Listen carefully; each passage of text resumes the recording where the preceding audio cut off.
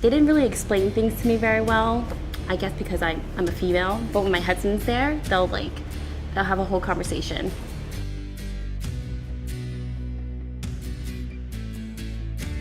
I never really trusted what they were saying because they'd be like, oh, you need this, this, and this stuff.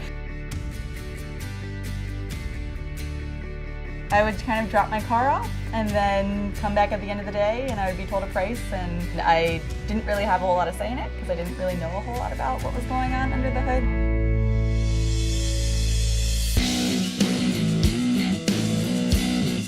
So I love to solve problems. I'm an engineer, and I figured I can solve this problem that the automotive industry is having by not engaging women, by women hating their experiences, and I can do it by starting a business that's going to cater to women when it comes to their cars, and also hiring women to work in this business.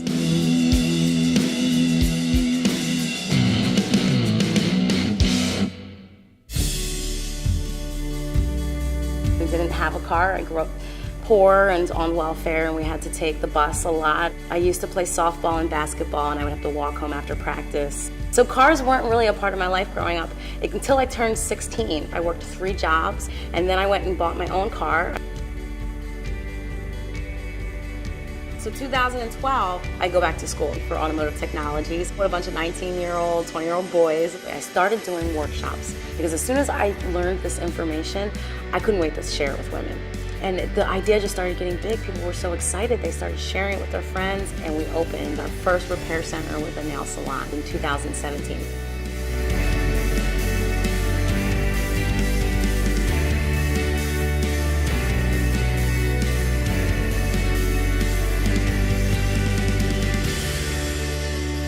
My love for cars began initially when I was 13. So I went to Lincoln Tech. I was their first female, and it was me and 500 guys. After that, I was then recruited by BMW for a factory training program. So I became their first female master technician in North America. I remember my first service manager telling me that I was taking a job away from a man. In the automotive industry, a lot of people don't realize that women are the #1 customer. Often we are the ones that handle these things, especially for stay-at-home moms. And there's no business like Girls Auto Clinic that's saying, I'm here for women. How can we make you feel good about your car, feel good about your experiences? Hello. Hi, morning. How's it going, Peach? Hey, Kevin.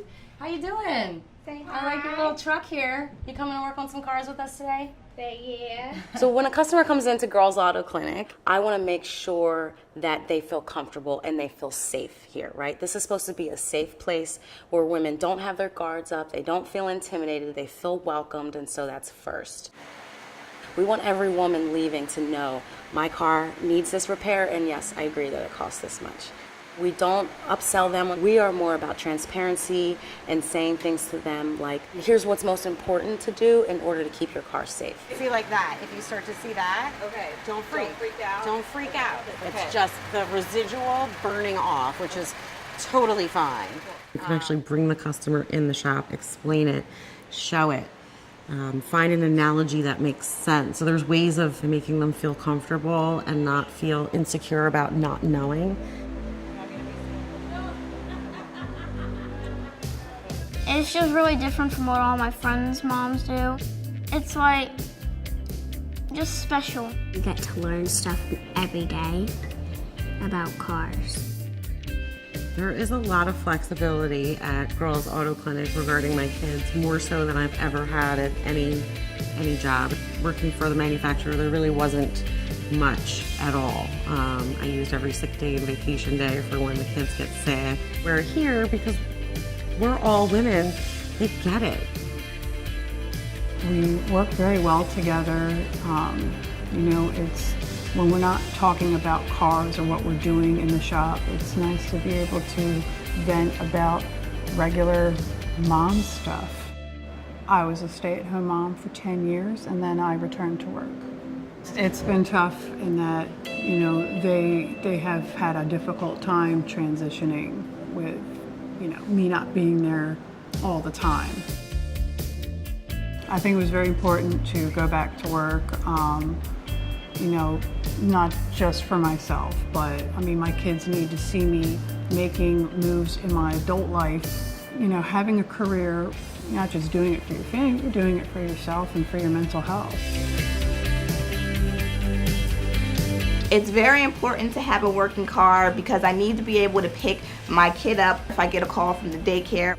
I have to get to work every day to provide for him, so making sure my car is in tip-top condition is essential. You have a child in the back seat, you know, you have brakes, you have tires, you have all these components that are so easily maintainable. And to have the visibility and the transparency to see that and know about it is crucial, I think. So a sheCANic is what I call my car savvy ladies, a woman who's not afraid to work with her hands, right? Not afraid of her car, she's not afraid of her mechanic. In fact, she's empowered, she's educated, and she's empowered to make the right choice. We also have a group on Facebook called our sheCANic Facebook community. It's a safe space just for women, and you go in there, ask any question you have about your car, and you'll get an answer from a female mechanic.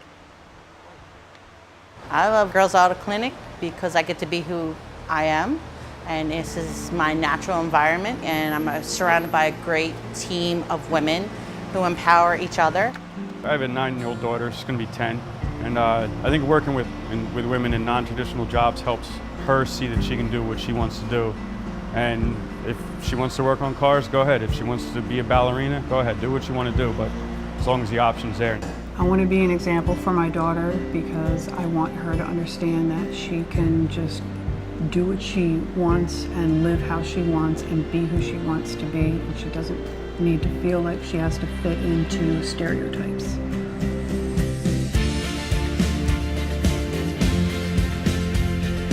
For women who feel intimidated about their cars, not everybody knows everything about everything, but that's what we're here for, to make women feel comfortable learning about the cars.